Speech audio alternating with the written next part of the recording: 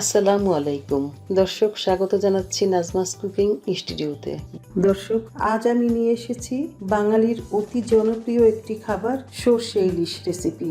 জানি এই রেসিপিটি সবাই জানেন, তবুও আজ আমি এমনভাবে এই রেসিপিটি শেয়ার করব যা রান্না করতে অনেক সহজ এবং খেতে দুর্দান্ত সুস্বাদু। আশা করি এই রেসিপিটি আপনিও ট্রাই করবেন, দেখবেন বাসার সবাই আপনার প্রশংসায় পঞ্চমুখ হয়ে থাকবে। তাহলে চলুন এবার চলে যাই বাঙালির অতি জনপ্রিয় সর্ষে ইলিশ রান্নার প্রক্রিয়ায়। এখানে আমি মাঝারি সাইজের একটা ইলিশ মাছের 6 টুকরা মাছ নিয়ে নিয়েছি।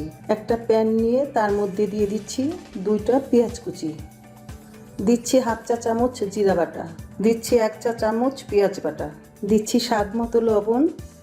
এবার দিচ্ছি 1/4 চা চামচ হলুদের গুঁড়া আর 1/4 চা চামচ শুকনো মরিচের গুঁড়া।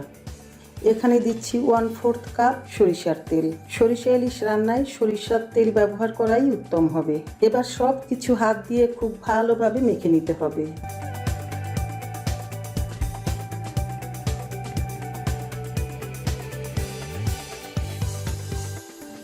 মশলাটুকু যখন খুব ভালোভাবে মেখে নেওয়া হয়ে গেল, এবার দিচ্ছি সরিষা বাটা। এখানে আমি 1 টেবিল চামচ কালো সরিষা নিয়েছি, মানে লাল সরিষাটা, আর 2 টেবিল চামচ দিয়েছি সাদা সরিষা বাটা। এই সর্ষেটুকু যখন বেটে নিয়েছি, তার মধ্যে 2টি কাঁচামরিচ ও সামান্য একটু লবণ দিয়ে এই সরিষাটুকু বেটে নিয়েছি।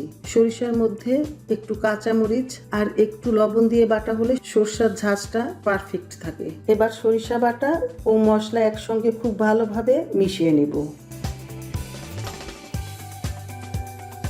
সরিষা বাটা ও মশলা খুব ভালোভাবে মিশিয়ে নেওয়া হয়ে গেল। এবার আমি ইলিশ মাছ এই মশলার মধ্যে দিয়ে খুব ভালোভাবে মেখে নেব। এখানে আমি মাঝারি সাইজের ইলিশ মাছ থেকে 6 পিস মাছ নিয়ে কুটে ধুয়ে লবণ দিয়ে রেখেছিলাম।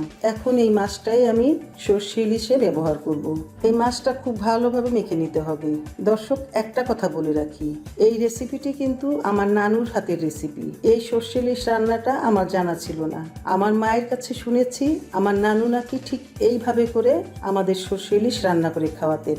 আজকে আমি সেই আমার নানুর হাতের সর্ষে ইলিশটাই আপনাদের সঙ্গে শেয়ার করছি।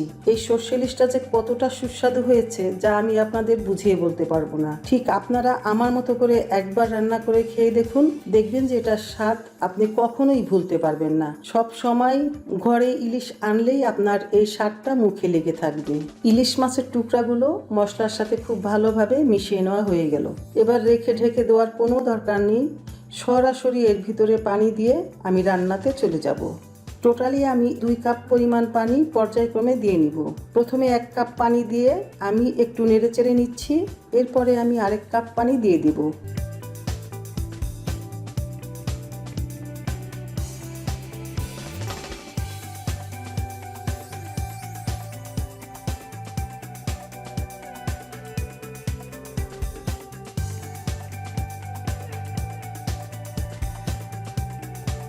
মাছের মধ্যে পানি দেওয়া হয়ে গেল।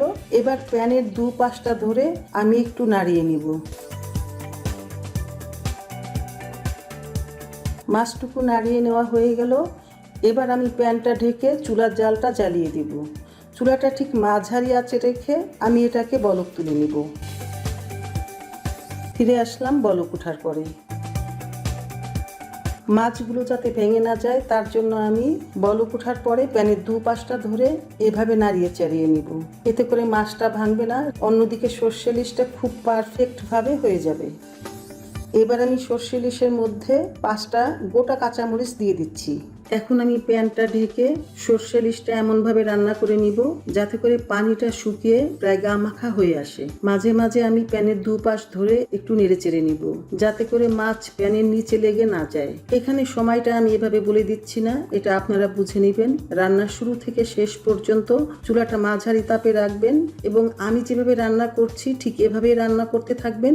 যখন এই সর্ষে ইলিশের পানিটা একদম অর্ধেকে নেমে আসবে তখনই বুঝবেন যে এই রান্নাটা হয়ে গেছে।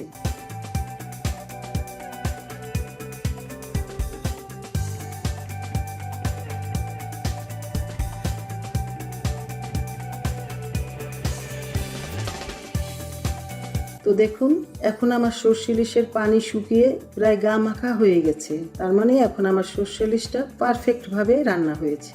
এবার গরম ভাতের সাথে এই সর্ষে ইলিশ পরিবেশনের পালা। দর্শক, আজকের আমার এই সর্ষে ইলিশের রেসিপি যদি আপনার ভালো লাগে তাহলে ভিডিওতে একটি লাইক দিয়ে কমেন্ট সেকশনে কমেন্ট করার জন্য অনুরোধ রইল। আর ভিডিওটি শেয়ার করার জন্য অনুরোধ রইল আপনার ফ্রেন্ডস অ্যান্ড ফ্যামিলির মাঝে। এত সময় আমার পাশে থাকার জন্য আপনাকে অসংখ্য অসংখ্য ধন্যবাদ। আবার দেখা হবে নতুন কোনো রেসিপি নিয়ে। ততদিন ভালো থাকুন, সুস্থ থাকুন, নিরাপদে থাকুন। আল্লাহ হাফেজ।